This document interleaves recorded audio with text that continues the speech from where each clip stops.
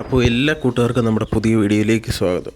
നമ്മൾ ഫിഷിങ്ങിന് വേണ്ടി ഇങ്ങനെ പോയിക്കൊണ്ടിരിക്കുന്ന സമയത്താണ് ഇങ്ങനെ ആറിൻ്റെ സൈഡിലൊരു സ്പോട്ട് നമ്മുടെ ശ്രദ്ധയിൽപ്പെട്ടത്. അതായത് ഒരു ചെറിയൊരു ഗ്യാപ്പാണ് വരുന്നത്.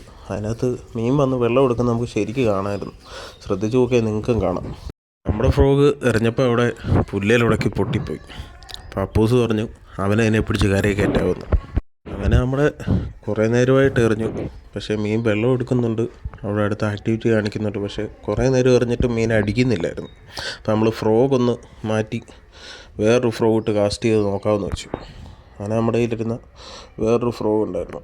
ആ ഫ്രോഗ് നമ്മൾ സ്റ്റിക്കിൽ കയറ്റി കാസ്റ്റ് ചെയ്യാൻ തീരുമാനിച്ചു. നിങ്ങൾ നമ്മുടെ വീഡിയോ ആദ്യമായിട്ടാണ് കാണുന്നതെങ്കിൽ നമ്മളിടുന്ന വീഡിയോസ് നിങ്ങൾക്ക് ഇഷ്ടമാവുകയാണെങ്കിൽ നമ്മുടെ പേജ് ഒന്ന് ഫോളോ ചെയ്യാൻ മറക്കരുത്. അതേപോലെ ഈ വീഡിയോ ഇഷ്ടമായാൽ ലൈക്ക് ചെയ്യാനും ഷെയർ ചെയ്യാനും മറക്കരുത്. എന്തായാലും നമ്മൾ ഫ്രോഗ് മാറി ഒരു 3-4 എറിഞ്ഞപ്പോഴത്തേക്കും മീൻ കയറി അടിച്ചിട്ടുണ്ട്. അത് ഫ്രോഗിൻ്റെ കുഴപ്പം കൊണ്ടാണോ അത് വേറെ എന്തെങ്കിലും കൊണ്ടായിരുന്നോ എന്നറിയത്തില്ല.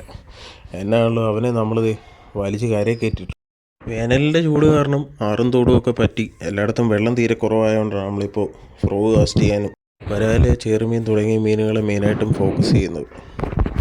നമുക്കടിച്ച ഒരു കിട്ടിലും ചെറുമീൻ അത്യാവശ്യം തിരക്കേടില്ലാത്ത സൈസുണ്ട്. എങ്ങനെ പോയാലും ഒരു 1.5 കിലോ വലിപ്പം വരും. അപ്പോൾ ഇതേപോലുള്ള ഫിഷിംഗ് വീഡിയോസ് നമ്മുടെ ചാനലിൽ ഇനിയും അപ്ലോഡ് ചെയ്യുന്നതായിരിക്കും. ഇതേപോലുള്ള അടിപൊളി ഫിഷിംഗ് വീഡിയോസുമായിട്ട് നമുക്ക് വീണ്ടും കാണാം.